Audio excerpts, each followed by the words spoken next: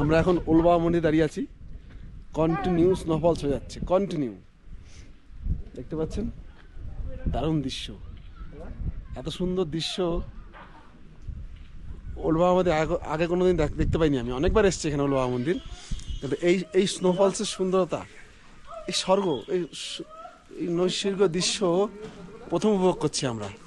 সবাই খুশি। আমরা প্রসাদ নিলাম, বাবা হরভজন সিংকে প্রণাম করলাম। দেখতে পাচ্ছেন দারুণ দারুণ রোদ উঠছে আর স্নো পড়ছে। এই যে অসাধারণ দৃশ্য, রোদ উঠছে স্নো পড়ছে, এইটা কিন্তু আমাদের একটা উপরি পাওনা। আমরা অনেকবারই ওলবাবা মন্দির এসেছিলাম। আজ 1 মে 2025 সালে। কাল সারা রাত বৃষ্টি হয়েছে। কাল আমরা জুলুক ছিলাম, তো সারা রাত বৃষ্টি হয়েছে, তো ভোরবেলাও বৃষ্টি হয়েছে। তো তারপর আমাদের হঠাৎ আকাশ পরিষ্কার হয়ে গেল। আর দেখুন তুলো পড়ছে, তুলো। অসাধারণ দৃশ্য, অসাধারণ অসাধারণ দৃশ্য। দেখুন এই চোল বাবা মন্দির, বাবা হরভজন সিং এর বাংকার ওপরে দেখতে পাচ্ছেন আপনারা, বাংকারটা দেখুন। সবাই খুব এনজয় করছে, আমাদের বাচ্চারা খুব এনজয় করছে। চারিদিকে সাদা সাদা, এই যে স্নো ফলস হচ্ছে, বরফ বরফ। বাচ্চারা আনন্দ করছে খুব, বাচ্চারা খুবই আনন্দ করছে।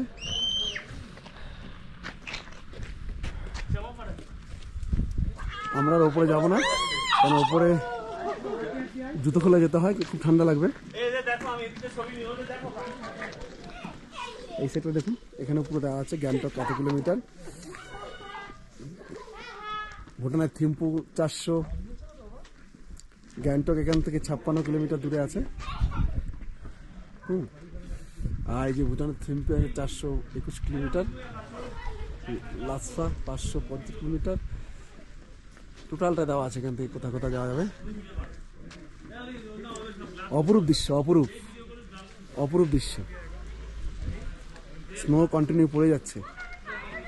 কাকা দূরে দেখুন আমাদের বর্ডার সিকিউরিটি ফোর্স ভাইরা দূরে দূরে অক্লান্ত পরিশ্রম করে ডিউটি করছে উপরে পাহাড়ের মাথায়। আমাদের বাংকার দেখা যাচ্ছে এখান থেকে স্পষ্ট, ওইখানে আমাদের বাংকারগুলো দেখা যাচ্ছে। আমরা ভিডিও, স্নো পড়ে যাচ্ছে, স্নো পড়ে যাচ্ছে, পড়ে যাচ্ছে। মানে ভাষা দিয়ে বোঝাতে পারছি না কি দৃশ্য দেখছি আমরা। দারুণ দারুণ দারুণ।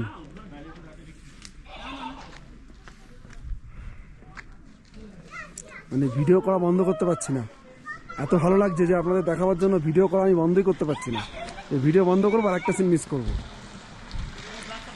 আমাদের মলয়দা আর আমাদের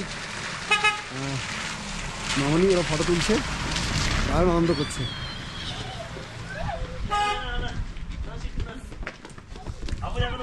এই জায়গাটা ছেড়ে যেতে ইচ্ছে করছে না, কিন্তু প্রচন্ড ঠান্ডা।